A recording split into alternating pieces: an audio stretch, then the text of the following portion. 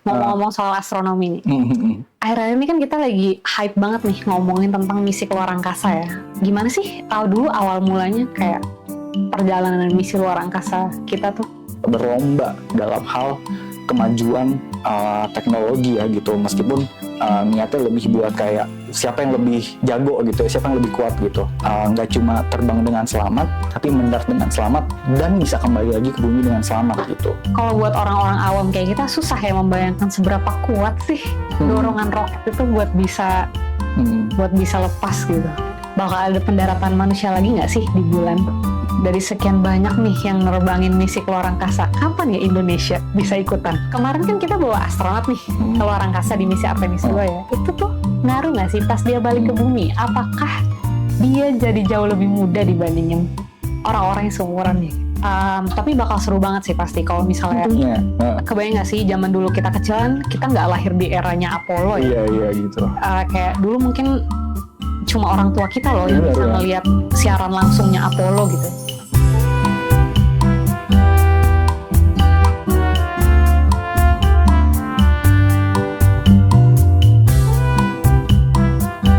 Hai Nis, apa kabar? Hai Tan, baik juga sih. Kabar kamu gimana? Baik. Kita udah lama ya nggak ketemu ya. Terakhir kali ketemu pas pertemuan rutin di Himpunan Astronomi Amatir Jakarta ya. Iya betul. Gimana nih di sekarang? Masih aktif nggak di himpunan kita? Masih sih. Jadi sebenarnya aku sebagai pengusaha aja juga, ini kita lagi mau nyiapin suatu acara, suatu acara namanya Star Party gitu. Apa tuh Star Party? Nah, jadi Star Party itu adalah acara di mana kita tuh nggak cuma jalan-jalan ke satu tempat gitu, tapi kita atau cuma sekedar nginep gitu, tapi kita beneran memanfaatkan malamnya buat ngamatin objek-objek langit yang menarik, misalkan gugus bintang, kita bisa ngamatin nebula, kita nggak bisa ngamatin galaksi juga gitu. Seru banget ya. Terus ini bisa ngomong-ngomong soal astronomi nih. Akhir-akhir ini kan kita lagi hype banget nih ngomongin tentang misi keluar angkasa ya. Apalagi kayak bulan April lalu kita lagi ramai banget nih di media sosial ngebahas tentang Artemis. Oh iya, Artemis 2 ya gitu. Betul, misinya dari NASA gitu. Sebenarnya ngomong-ngomong misi luar angkasa, gimana sih tahu dulu awal mulanya kayak perjalanan misi luar angkasa kita tuh?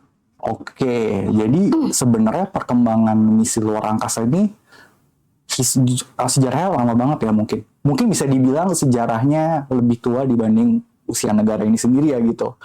Jadi sebenarnya kalau ngomongin soal ide di fiksi gitu, ini kita udah science fiction tuh dari zaman dulu. Isaac Asimov sudah bikin novel-novel berkaitan dengan eksplorasi luar angkasa juga gitu. Dan juga sebenarnya perkembangan ilmu fisika juga ya gitu. Jadi mungkin ini agak nyambung dengan sejarah fisika ya. Jadi di suatu masa dulu berkembang teori bagaimana kita bisa meluncurkan benda dari bumi ke luar angkasa. Dan kebetulan juga dengan perkembangan teknologi lainnya yang terjadi di era seperti fisika nuklir, ya mungkin obrolannya agak belok ke sedikit, historinya agak gelap dikit ya gitu. Jadi setelah tahun awal 1900-an kita gerak ke Perang Dunia Kedua kan, di mana kita melihat bagaimana ilmu fisika dipakai, nuklir terutama, sebagai salah satu senjata ya gitu, senjata nuklir. Sehingga dan setelah perang dunia berakhir, muncullah dua kekuatan besar di dunia, yaitu pertama yaitu Amerika Serikat dan kedua adalah Uni Soviet, di mana mereka saling berlomba dalam hal kemajuan teknologi ya gitu, meskipun niatnya lebih buat kayak siapa yang lebih jago gitu, siapa yang lebih kuat gitu. Disebutnya space race ya? Iya, jadi space race itu mungkin awal mulanya karena ini Amerika udah bisa bikin senjata nuklir, kita Uni Soviet harus bisa juga nih bikin senjata nuklir gitu. Dan nggak cuma bikin senjata nuklir, Uni Soviet akhirnya berkembang buat bikin istilahnya ICBM atau misil interkontinental, di mana bahwa misil itu dengan teknologi roketnya bisa menjangkau segala lokasi di seluruh bumi. Ya, sebenarnya kalau dibayangin agak seram ya. Cuma itu jadi awal mula dari space race gitu. Dan mungkin belum really space karena sebenarnya masih dalam bumi.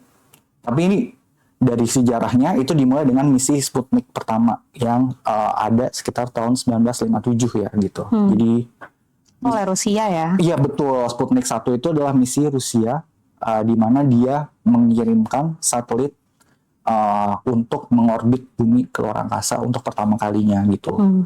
Gitu. Dan nggak cuma Sputnik 1 aja gitu. Dilanjutkan lagi dengan Sputnik 2 di mana Uni Soviet itu juga mengirimkan kayak sewaktu itu seekor anjing ya untuk keluar angkasa juga gitu. Oke. Terus dilanjutkan misi-misi lain juga ya. Kalau nggak salah ada misi Luna juga ya dari Rusia. Iya. Jadi tapi mungkin secara timeline tuh sebenarnya ada sebelum itu Uni Soviet juga meluncurkan satelit yang berawak, yaitu itu yang diawaki oleh Yuri Gagarin gitu. Iya, the first human in space ya. Iya, first human in space gitu dan tidak berhenti di situ juga. Akhirnya Uni Soviet pun juga bikin suatu misi disebut Luna 2. Yaitu Luna 2 ini kenapa namanya Luna? Karena tujuan dari misi ini adalah bagaimana manusia bisa mengirimkan suatu objek ke bulan gitu. Dan akhirnya Rusia berhasil mendaratkan satelitnya ke bulan di misi Luna 2 tadi gitu. Oke. Terus Amerika nggak mau kalah dong? Iya tentunya ya Amerika yang seperti kita tahu kan tentunya tidak mau kalah ya gitu. Sehingga melihat seberapa cepatnya Uni Soviet ini mengembangkan teknologi luar angkasanya, akhirnya pun Amerika Serikat ini juga meluncurkan misi-misi untuk menjadi misi tandingannya gitu ya. Dimulai dari misi untuk meluncurkan satelit cuaca gitu.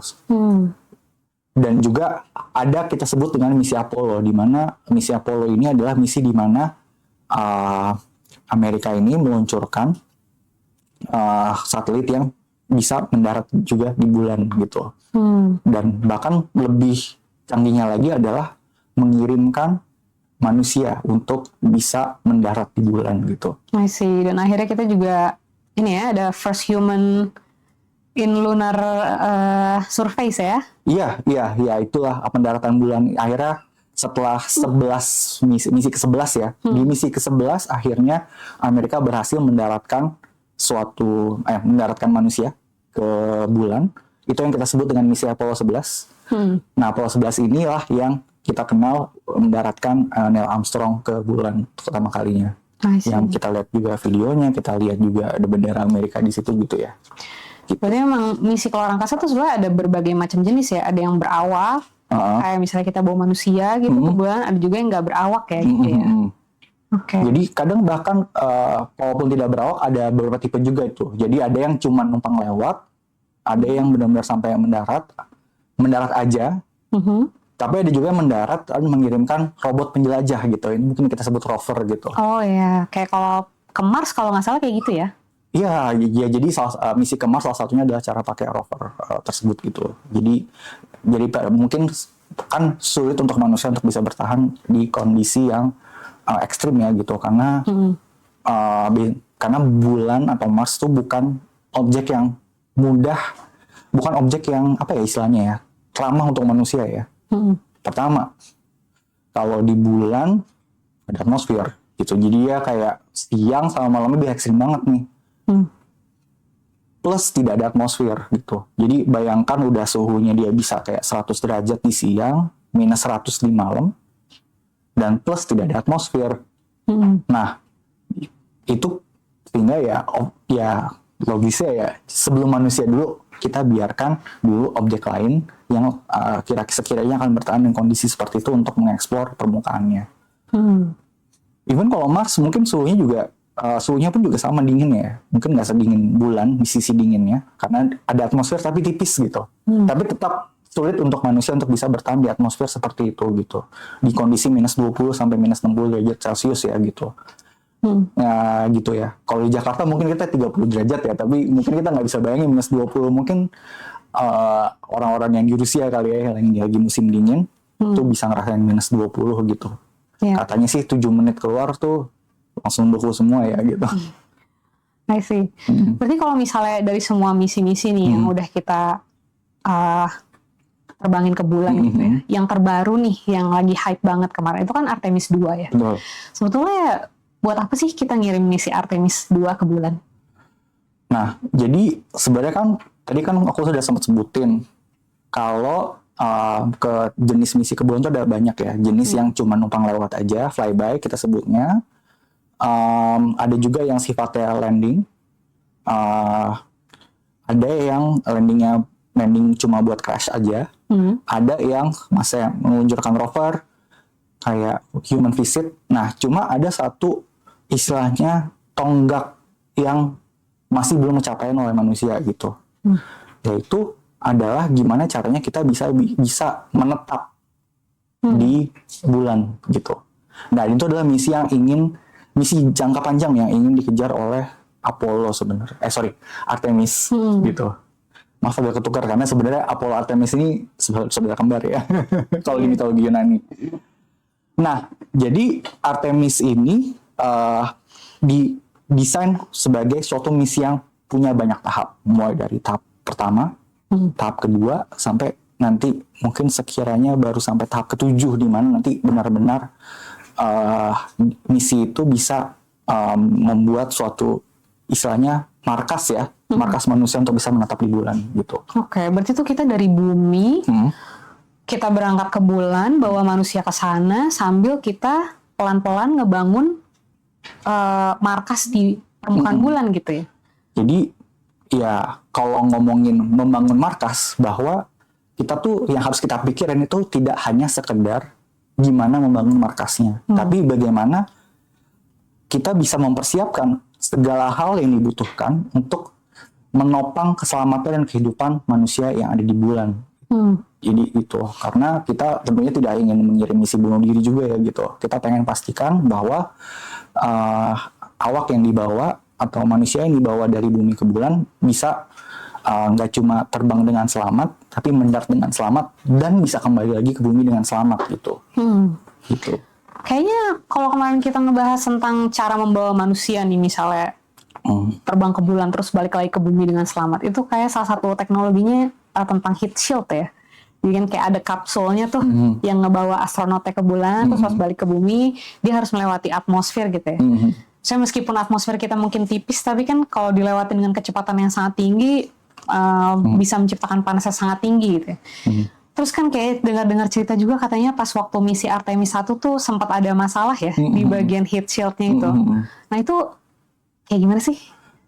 Mungkin kalau sebelum ngomongin itu aku mungkin sebut dulu ya. Jadi Artemis 1 itu misi utamanya adalah memastikan seluruh teknologi penyokong kehidupan manusia untuk sekedar flyby itu semuanya.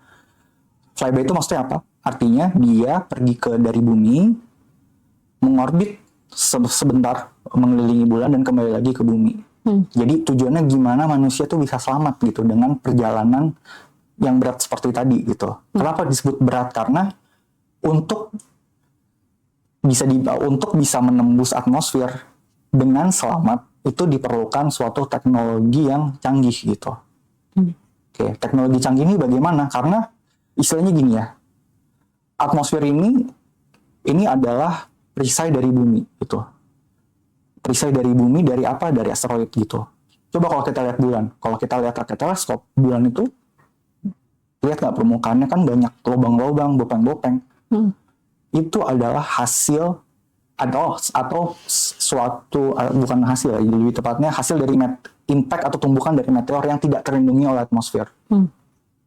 Jadi bisa dibayangkan meskipun tipis ya, bisa dibilang atmosfer ini sangat berhasil untuk melindungi bumi dari hantaman asteroid itu. Dan asteroid ini yang tadinya bentuknya bongkahan, yang ukurannya bisa lumayan besar, itu bisa dibakar habis oleh atmosfer gitu. Gitu. Karena sepanas itu ya. Karena sepanas itu untuk bisa lewat dari atmosfer gitu. Sehingga para insinyur ilmuwan itu harus berpikir bagaimana bisa membawa suatu kapsul, istilahnya kapsul yang bisa bertahan melewati panasnya atmosfer bumi saat kita melewati saat kita istilahnya keluar dari atmosfer dengan kecepatan yang sangat tinggi gitu. Sehingga diciptakan teknologi disebut heat shield atau perisai panas ya sebenarnya istilah bahasa Indonesianya. Nah, mungkin aku sedikit mengimbuhkan istilahnya dari aspek fisika materialnya ya. Jadi material yang dipilih untuk menjadi heat shield ini tuh tidak boleh jadi sembarang material aja. Artinya apa? Dia harus memiliki sifat di mana dia tidak mudah meleleh.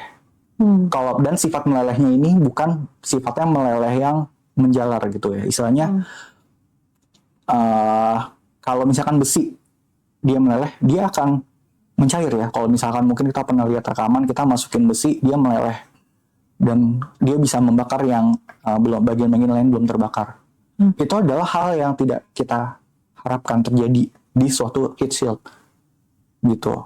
Nah, jadi heat shield ini dicari suatu material yang kalau misalnya kena panas, dia tuh bakal langsung menyublim gitu, istilahnya langsung bukan mencair gitu, tapi langsung istilahnya bisa mungkin memiliki damage yang minim ke bagian bawahnya. Jadi istilahnya hanya terkikis aja gitu.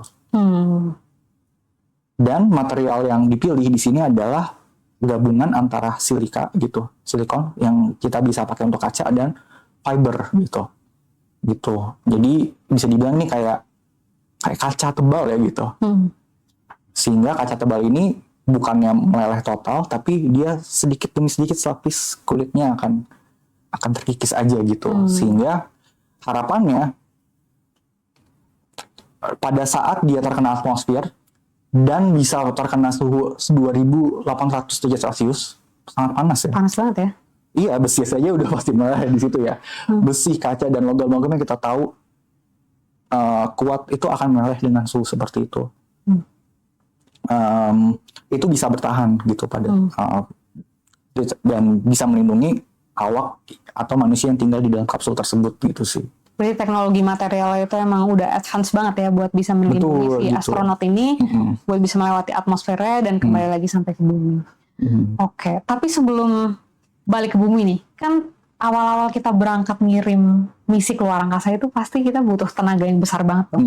Ya, kita punya gravitasi bumi, semua benda-benda yang kita taruh di permukaan nempel di permukaan bumi. Gimana tuh caranya kita ngebawa benda yang beratnya sampai bertonton gitu ya, bisa lepas dari gravitasi bumi? Gimana tuh teknologinya?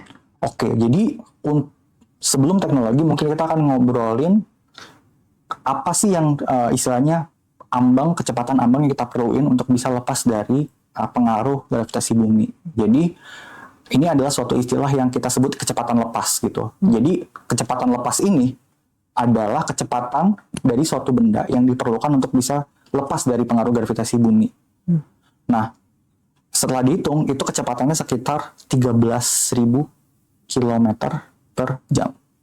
Gitu. Jadi artinya kita harus memikirkan bagaimana caranya kita bisa punya suatu benda yang bisa mencapai kecepatan itu. Sehingga kita bisa lepas dari gravitasi bumi. Dan disitulah kita ciptakan suatu roket gitu. Roket yang sangat kuat sehingga dia bisa lepas dari gravitasi bumi sepenuhnya gitu. Tapi kayak mungkin kalau buat orang-orang awam kayak kita susah ya membayangkan seberapa kuat sih dorongan roket itu buat bisa lepas gitu. Oke, jadi roket ini dia memanfaatkan beberapa proses ya untuk bisa menghasilkan energi ya gitu. Nah, roket yang dipakai untuk misi Artemis 2 ini ya, mungkin roket nyambung ke Artemis 2, itu ada roket yang sangat besar gitu. Lebih besar daripada Monas ya tentunya gitu. Dia tinggi dan besar, dan dia membawa muatan yang besar. Konon katanya, jadi dia tuh dari speknya dia tuh bisa dia tuh bisa membawa sekitar 1 ton bahan bakar berupa hidrogen cair dan oksigen cair gitu. Jadi ini beda banget kalau dibandingin sama bensin ya. Istilahnya kalau kita kan motor jalan kemana-mana kan pakai bensin gitu. Nah, untuk pergi ke luar angkasa, terutama untuk sampai ke bulan, kita harus menggunakan tenaga yang lebih kuat gitu. Yaitu kita pakai hidrogen yang dibakar oleh oksigen gitu. Kalau disetarain nih misalnya, kalau di Indonesia kan biasanya kita kalau pergi misalnya pakai motor gitu. Berapa banyak sih kekuatan motor yang kita butuhkan buat bisa pergi ke luar angkasa? Perumpamaan aja nih, misalnya kita pakai motor Honda Beat misalnya. Nah sebenarnya ya gini ya, kalau orang nih kalau ngomongin motor gitu, motor kan pakai cc ya satuannya gitu. Betul. Tapi sebenarnya itu bukan spek yang benar-benar bisa disamain dengan spek roket gitu. Untuk bisa nyamain spek dengan spek roket, kita tuh harus tahu juga spek motornya itu tuh berapa besar horsepower gitu, tenaga kuda dari suatu kendaraan gitu. Misalkan nih Honda Beat nih, kalau nggak salah pas lagi saya cek itu dia punya tenaga sekitar 10 horsepower gitu ya. 10 horsepower, tapi satuan Jerman gitu. PS ya istilahnya gitu. Singkatannya lumayan ribet gitu. Nah, kita bisa bandingkan dengan roket. Nah, dengan roket yang dipakai oleh misi Artemis 2, yaitu roket SLS. Ya ini SLS-nya beda sama SLS sabun ya gitu. Ini SLS-nya Rocket Space Launcher System ya gitu. Nah, di sini dia tuh memiliki tenaga itu sekitar kalau nggak salah kalau bisa dihitung-hitung itu dia bisa mensupport 52 gigawatt ya dalam sekali terbang gitu. Oke. Nah, tadi dari datanya Honda Beat itu dia paling ordenya cuma kalau kita konversi PS ke itu paling cuma 6 kilowatt gitu ya. Berarti butuh berapa banyak tuh? Oke, ini kalau satu Beat 6 kilowatt, ini satunya lagi ya sekitar 50 gigawatt gitu ya. Berarti giga tuh berarti kan kayak lupa lagi mega, giga tuh miliar ya. Miliar sama 1000 gitu. Berarti ini ordernya jutaan nih gitu. Ya kira-kira mungkin kasar kalau dihitung-hitung 8 juta ya. Jadi tenaga 8 juta Honda Beat gitu ya. Gitu. Mungkin ya kalau mau gitu kasar ya gitu. Berarti kalau misalnya kita mau Indonesia mau terbang ke luar angkasa kayak 8 juta orang pengguna Honda Beat di Indonesia mesti kerjasama gitu buat bisa terbangin roket. 8 juta orang yang nyetok roket gitu ya. Jangan kayak di jalan bahaya sekali. Iya, dan itu masih dikit ya. Maksudnya kalau kita ngelihat motor di Indonesia kan banyak banget ya. 8 juta mungkin hitungannya masih dikit. 8 juta ya mungkin motor orang sepulau Jawa kali ya. Oke, jadi ya itu fakta ya. Cuma memang roket tadi ini gitu. Kalau kita motoran biasa kan kita paling kecepatannya berapa sih? Mentok-mentok paling di 70 gitu, 90 lah, bahkan 90 kilo per jam lah. Tadi kita balik lagi ke kecepatan lepas bahwa roket itu sebetulnya perlu kecepatan sebesar 13.000 km per detik. Nah, dan itu harus bisa dikeluarkan dalam waktu yang lumayan singkat gitu. Kalau nggak salah sekitar 5 menit aja.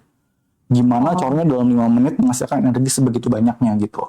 5 menit pertama tuh yang solid rocket boosternya ya? Jadi intinya dari berbagai macam stage ya gitu. Jadi untuk mencapai kecepatan itu banyak strategi yang dilakukan oleh roket gitu. Yaitu materialnya dilepas, istilahnya roketnya sambil melepas badannya demi perlahannya gitu. Gitu. Istilahnya gitu. Kamu bayangin mungkin lebih kayak abis motornya digas gitu. Iya, tapi ini bahaya banget ya jadi ditiru. Orangnya loncat gitu, motornya dibiarin. Nah, itu akan lebih cepat tuh. Kenapa? Karena bebannya berkurang. Karena bebannya berkurang gitu. Bebannya berkurang karena kita harus mempertahankan energinya.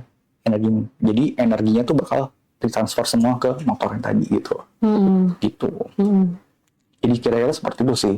Gambaran bagaimana meluncurkan suatu roket gitu ya. Kegiatan sangat berbahaya gitu ya. Mungkin Anda makan analogi sama-sama berbahaya nih. Gitu. Ya berarti emang rumit ya buat bisa kita bawa astronot keluar angkasa. Berangkatnya susah, harus dengan tenaga roket yang sangat kuat. Baliknya juga harus punya tingkat keselamatan yang sangat tinggi gitu. Betul. Ya buat menjaga para astronotnya. Sebetulnya banyak orang itu kalau ngomongin misi ke luar angkasa ya, terutama misi ke bulan. Apalagi kan kita udah pernah menerbangkan manusia ke bulan pas zaman-zamannya Apollo sekitar 50 tahun yang lalu gitu ya. Orang tuh banyak bertanya-tanya kayak ngapain sih sebetulnya kita balik lagi ke bulan? Buat apa sih sebetulnya? Dan apa sih bedanya perjalanan kita ke bulan saat ini dengan misi Artemis dibandingin sama waktu kita dulu perginya pas zaman Apollo gitu. Oke, jadi mungkin kita balik ke tadi kita sempat ngomongin misi awalnya, misi Artemis adalah misi utama, long termnya adalah jangka panjangnya, gimana bisa menyokong kayak semacam markas di bulan, base di bulan gitu, sehingga keberadaan markas ini itu berarti bahwa kita harus menyiapkan segala aspek yang diperlukan untuk bisa menopang kehidupan di sana gitu. Sehingga apa? Yang paling penting adalah perspektif dari manusia. Jadi manusia, gimana cara manusia bisa bertahan dalam untuk melakukan perjalanan luar angkasa gitu. Jadi kita harus mikirin semua keperluan manusia gitu. Pertama ya keperluan terhadap oksigen gitu. Karena di bulan nggak ada oksigen ya. Di bulan nggak ada oksigen, kita berarti harus bisa membawa cukup oksigen untuk bisa menopang kehidupan.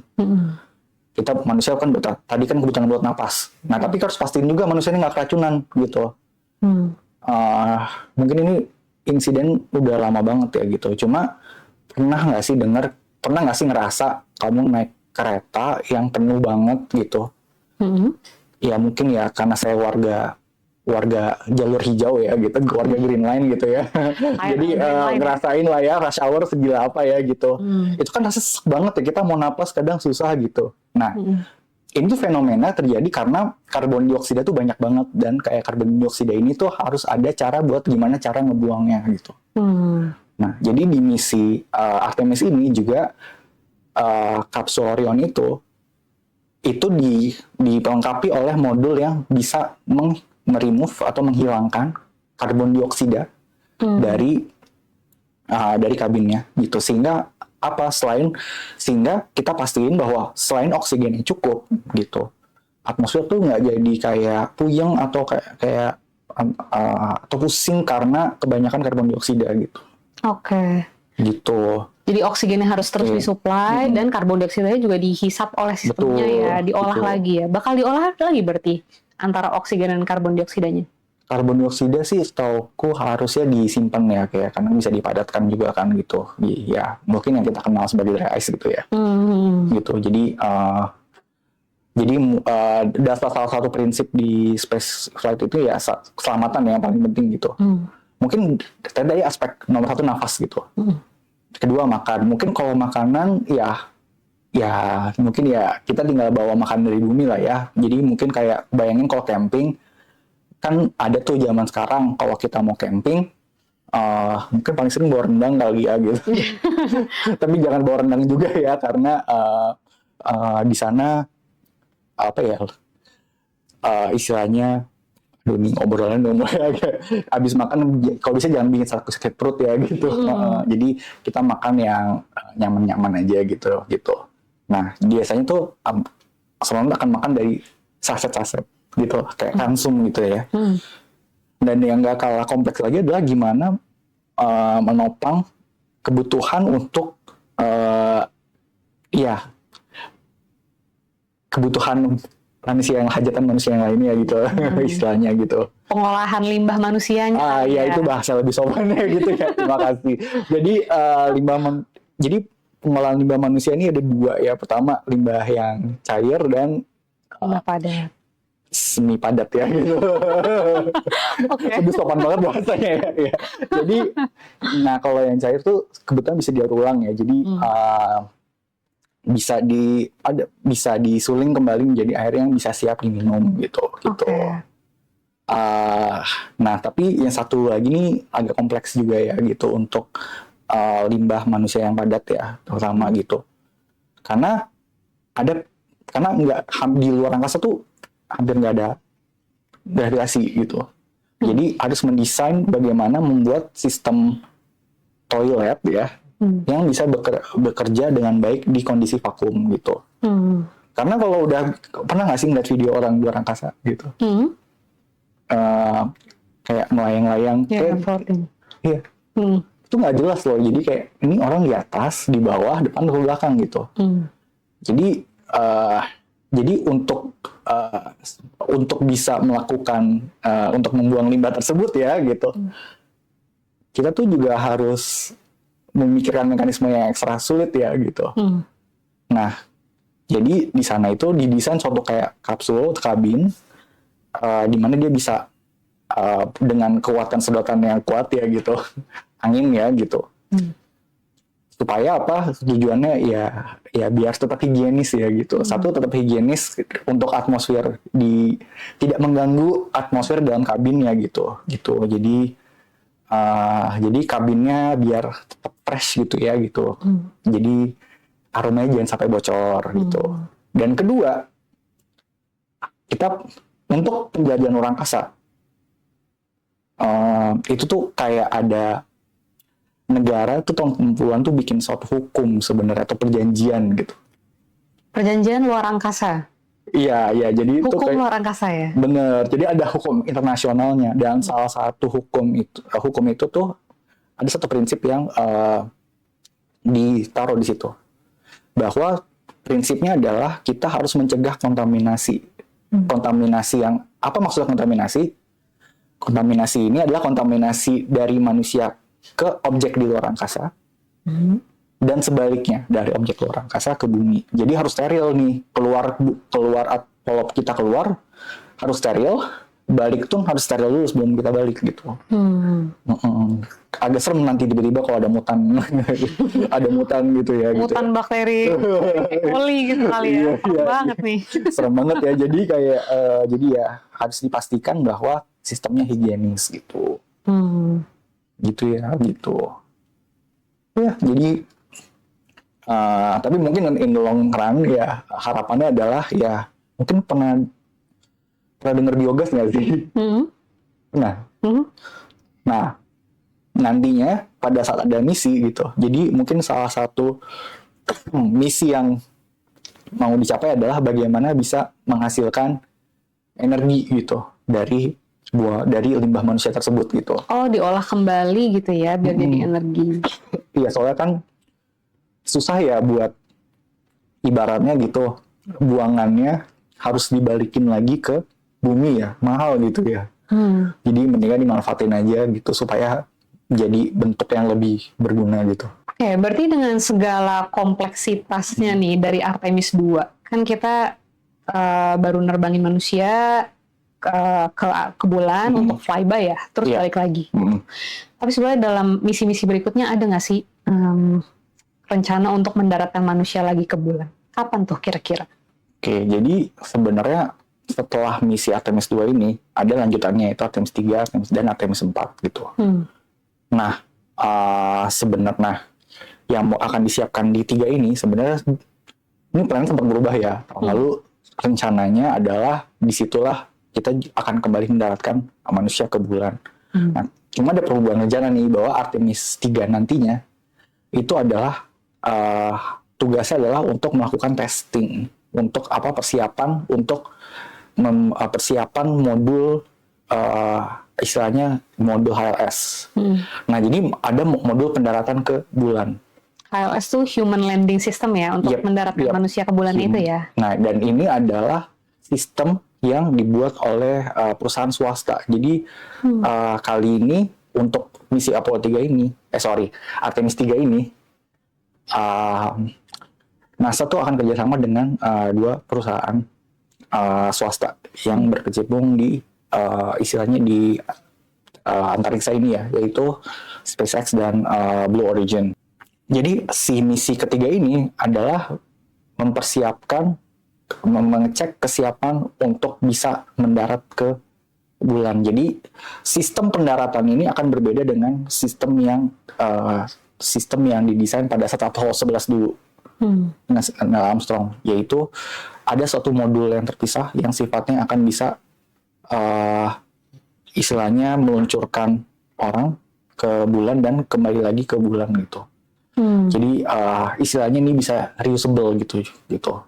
Oke. Mungkin itu juga campaign yang digambar-gemborkan untuk space exploration di era ini Benar. Kita nggak cuma sekedar ngirim misi ke luar angkasa terus selesai, tapi ada nilai-nilai sustainability-nya atau jangka panjangnya gitu ya. Termasuk kita menggunakan roket yang bisa dipakai beberapa kali gitu ya. Ya kembali lagi tujuannya kan ingin menciptakan markas gitu. Jadi kita harus pastiin bahwa memang misinya nggak cuma satu arah gitu. Jadi bisa bolak-balik gitu. Dan di Artemis 3 ini makanya mau dites dulu adalah bagaimana istilahnya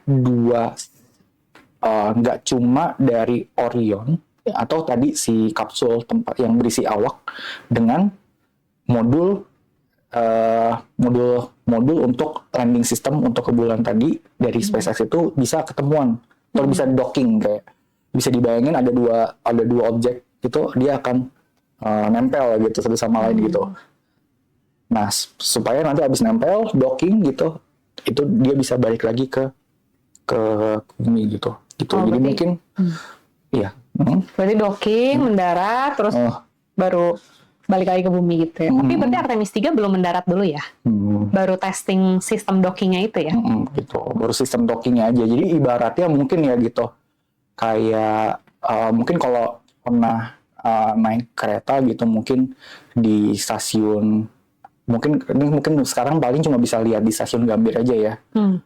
Jadi bayangin bahwa gerbong dianterin dulu sama lokomotif, terus lokomotif pertamanya dilepas dan tiba-tiba ada disambung lagi sama lokomotif yang lain gitu gerbongnya. Jadi prinsipnya kayak gitu. Jadi docking itu adalah gimana caranya lokomotif sama gerbong ini bisa dikaitin gitu dan bisa dilepasin nanti ke modul lainnya gitu. Ya, prosesnya nggak mudah ya, apalagi kayak dengan kondisi zero gravity ya di luar sana. Bener gitu. Bahkan ya jadi mungkin aneh ya, makanya pakai analogi yang kayak di stasiun. Ya kalau di stasiun-stasiun gede ya kita lihat lokomotif suka pindah-pindah gitu. Kira-kira seperti itu sih gitu. Berarti nanti Artemis 3 belajar docking, terus di Artemis 4 bakal mendaratkan manusia kah? Ya, jadi rencananya sih masih seperti itu ya gitu, mudah-mudahan. Jadi ini lagi-lagi mungkin kita mesti lihat bagaimana hasil dari Artemis 3 gitu. Istilahnya kita juga harus perhatikan bagaimana apakah sistem ini benar-benar bisa jalan in real life ya gitu. Sekarang kita cuma bisa melakukan simulasi dan komputasi gitu. Tapi memang kita harus melakukan testing sendiri untuk bisa memastikan apakah mekanik ini tuh bisa jalan gitu. Tapi berarti memang apakah kita bisa mendaratkan lagi manusia ke bulan atau enggak bergantung banget sama misi berikutnya ini ya. Betul gitu. Kayak kalau Artemis 3-nya udah sukses baru kita bisa mendaratkan manusia lagi di Artemis 4 gitu kali ya. Begitu sih. Oke. Tapi menarik banget ya. Berarti memang sekarang tuh udah eranya dimana eksplorasi luar angkasa itu nggak cuma didominasi oleh negara ya. Kalau dulu kan yang mendominasi pasti kayak lembaga-lembaga pemerintah ya, dari NASA maupun dari Rusianya gitu. Sekarang udah banyak pemain-pemain lain ya. Iya. Karena sekarang teknologi satelit itu adalah teknologi yang terbuka juga untuk swasta gitu. Mulai dari cuaca gitu, remote sensing gitu, melihat perubahan permukaan di bumi gitu, itu ada salah satu area atau industri space ini jadi industri yang makin besar sih juga gitu, sehingga kehadiran dari swasta ini banyak di sini gitu. Gitu. Dari sekian banyak nih yang nerbangin misi ke luar angkasa, kapan ya Indonesia bisa ikutan? Kalau Indonesia, kalau dari Indonesia dulu kan kita pun mungkin kita lebih fokus ke ngirim payload ya gitu. Jadi kita udah bikin benda yang bakal bisa dilontarkan dari roket yang kita sewa gitu. Jadi istilahnya kita nyewa numpang lah gitu, bayar. Ini saya udah bikin satelit, tolong bantu luncurin satelit saya di roket. Nah itu kita tuh pernah kalau nggak salah nge-launch lewat SpaceX gitu. Gitu. Jadi jadi mungkin kayak kita doakan mudah-mudahan kita nanti bisa juga riset gimana kita bisa bikin roket sendiri ya gitu. Amin. Bisa bikin roket sendiri yang bisa nerbangin ke luar angkasa. But then kita bikin fokus dulu di gimana kita bisa bikin satelit kita juga lebih canggih lagi gitu. Yeah. Harus banyak ini ya, lulusan Indonesia ya, lulusan aeronautika dan astronautika ya, terutama gitu, kedirgantaraan. Jadi dan juga sokongan untuk industri juga diperluin banget gitu. Oke. Terus dengan berkembangnya misi luar angkasa nih yang semakin banyak, sebetulnya ada pengaruhnya nggak sih sama atmosfer bumi kita?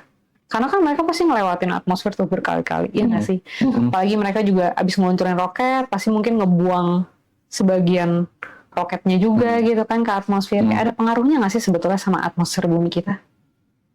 Nah, jadi kalau ngomongin atmosfer ya mungkin istilahnya ya, atmosfer kita tuh sangat besar ya dibanding satelit atau roket-roket yang dipakai untuk penerbangan keluar gitu. Ya. Jadi yang imbasnya paling satu, pada saat roket diluncurkan, dia akan menghasilkan buangan gitu. Oke. Nah, ada roket yang terbangkan pakai hidrogen dan oksigen. Nah, ini buangannya sih simple ya, buangannya ya air gitu. Ya uap air gitu ya, paling ya, dan jumlah apalah arti 1 ton air gitu.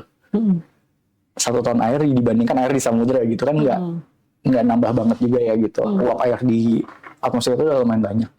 Satunya lagi adalah yang pakai gasoline atau kita pakai bensin ya. Yang pakai bensin ini, nah ini adalah fuel yang banyak atau bahan bakar yang banyak dipakai oleh swasta. Nah seperti ini nggak ada bedanya dengan kita pakai pesawat, pakai mobil, pakai motor, itu akan sama-sama ngasihin karbon dioksida dan gas buangan nitrous oxide dan juga NOx dan juga buangan karbon lainnya ya. Jadi mungkin imbasnya lebih ke nambah istilahnya gas rumah kaca ya gitu. Mungkin itu downside, tapi harusnya tidak sebesar yang kita keluarkan gitu ya. Gitu. Tidak sebesar yang kita keluarkan di bumi secara keseluruhan gitu. Gitu. Dan sebenarnya kita lihat ya palingan atmosfer kita akan tetap siap sedia kala untuk melindungi kita dari hantaman benda-benda langit yang ada gitu. Oke. Gitu. Berarti ada dampaknya mungkin tapi tidak terlalu signifikan ya. Oke. Sama ada satu pertanyaan lagi nih dari sahabat planetarium. Ini cukup menarik ya pertanyaan menurut saya karena mungkin Kak Adis pernah dengar tentang twin paradox ya. Oke. Jadi kalau misalnya misalnya ada 2 orang kembar nih. Terus salah satunya keluar dari bumi melakukan perjalanan ke luar angkasa dengan kecepatan yang sangat tinggi, misalnya mendekati kecepatan cahaya.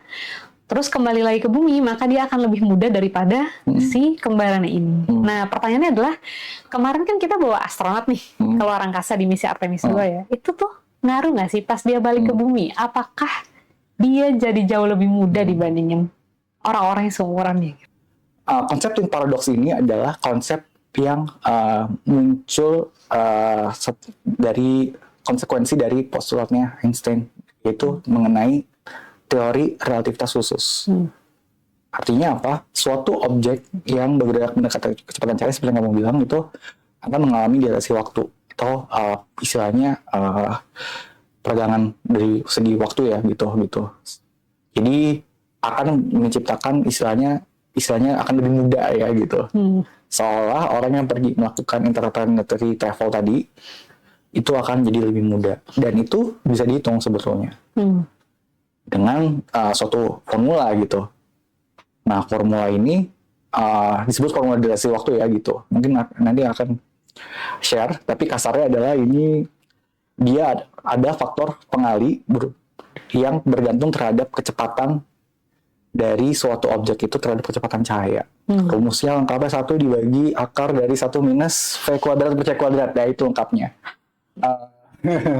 Tapi kalau mau dihitung-hitung nih ya, nah kalau kita balik lagi ke kecepatan dari Artemis gitu. Nah Artemis ini, kalau aku baca-baca speknya, dia tuh pada saat kecepatan maksimumnya, atau mungkin aku ambil maksimum aja, pada saat dia mau mendarat ke bumi itu adalah 40.000 km per detik.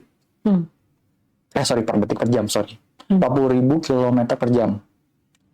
Nah, kalau kita konversikan balik, kita bandingkan dengan kecepatan cahaya ya. kecepatan cahaya itu 300.000 kilometer per detik. Ini kan tetap jauh banget ya, 1 km per jam, 1 km per detik. Nah, cuma 0, sekian-sekiannya lah ya. Benar gitu. Nah, kalau kita hitung lagi akibatnya, kecepatan dari, kalau kita pakai satuan yang sama ya gitu, kan 1 jam itu 3.600 detik. Artinya apa? Angka yang tadi 40.000 kita bagi 3.600 itu tinggal 11 ya gitu. Sekitar 11 km per detik. Kita bandingkan 300.000, itu kan jauh banget ya. Nah, karena rasio ini kecil, kalau kita balikin ke rumus yang tadi aku sebut, itu paling dapatnya ya mesti hitung-hitung ya, tapi ya kasarnya cuma kalau itu adalah sekitar, ya pokoknya kecil sih ya gitu, 10 pangkat min something lah gitu. 10 pangkat min kalau misalkan kita asumsikan 9 hari ya misi Artemis gitu, 9 hari ini perbedaan waktunya tuh cuma sekitar 0,5 milidetik gitu. Oh gitu. Jadi ya kita ngedip aja juga lebih lambat kita ngedip ya, satu kedipan ya gitu. Nggak sampai 1 tarikan nafas ya, lebih mudahnya ya. 1 tarikan nafas, jangankan tarikan nafas, 1 kedipan yang nyampe gitu ya gitu. Iya. Gitu.